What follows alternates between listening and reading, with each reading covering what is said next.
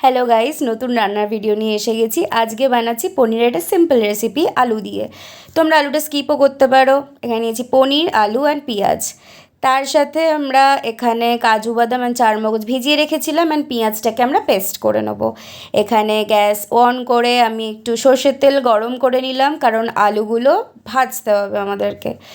একটু বেশি পরিমাণে তেল দেবে, কারণ এটাই আমাদের রান্না হবে এটাতেই। আলুগুলো এখানে দিয়ে আমি একটু গোল্ডেন ব্রাউন করে ভেজে এগুলোকে আমি একটু ছেঁকে তুলে নিলাম।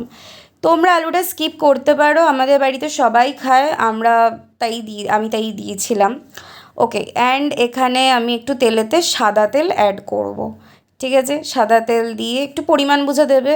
দিয়ে তারপর আমি জিরে ফোড়ন দিলাম, দিয়ে এর সাথে পেঁয়াজের পেস্টটা আমি এতে দিয়ে দিলাম। অল্প অল্প করে দেবে, নাহলে একদম সঙ্গে সঙ্গে তেল ছিটকে যাবে, তোমাদের ফোসকা পড়ে যাবে। আমি এভাবে দিলাম, দিয়ে দেন এটাকে একটু ভাজা ভাজা করে নেব। এর সাথে আমি অ্যাড করব অল্প পরিমাণ একটু নুন। দুবার নুন দিচ্ছি, গালি দিও না, কারণ তোমরা জানোই যে আমি একটু দিয়ে থাকি দুবার নুন।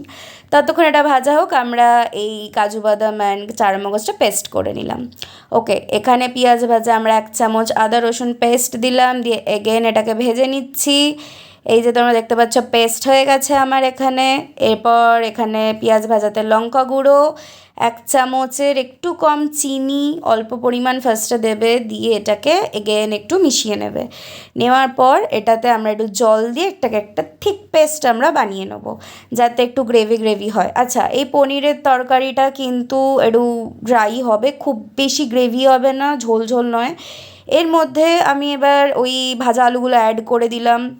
আমি কিন্তু এখনও পরিমাণ বুঝে নুন দিইনি, ঠিক আছে, শুধু মশলা দিয়েছি। এরপর ওই যে কাজু বাদামের চারমগজটা বেটেছিলাম সেটা আমরা এখানে দিয়ে দিলাম, অ্যান্ড ওই মিক্সিতে যেটা পেস্ট করেছি সেটা ধোয়ার জল একটু দিয়ে দিলাম, দিয়ে ভালো করে এটা একটা থিক পেস্ট এগেন আমরা বানিয়ে নিচ্ছি। এরপর আমি দেবো এখানে একটু টক দই। দইটাকে ফেটিয়ে নিয়ে আমি এখানে দিয়ে দিলাম, ঠিক আছে, দিয়ে ভালো করে মিশিয়ে নিলাম।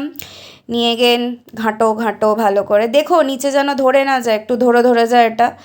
দেন আমি এখানে পনিরগুলো অ্যাড করলাম। তোমরা শুরু থেকেও পনির দিও না, না হলে পনিরগুলো ভেঙে যেতে পারে। এরপর আমি পরিমাণ বুঝে নুন দিলাম, আমার একটু চিনি লাগবে মনে হয়েছিল, দেন আমি একটু চিনিও অ্যাড করেছি এতে, ঠিক আছে।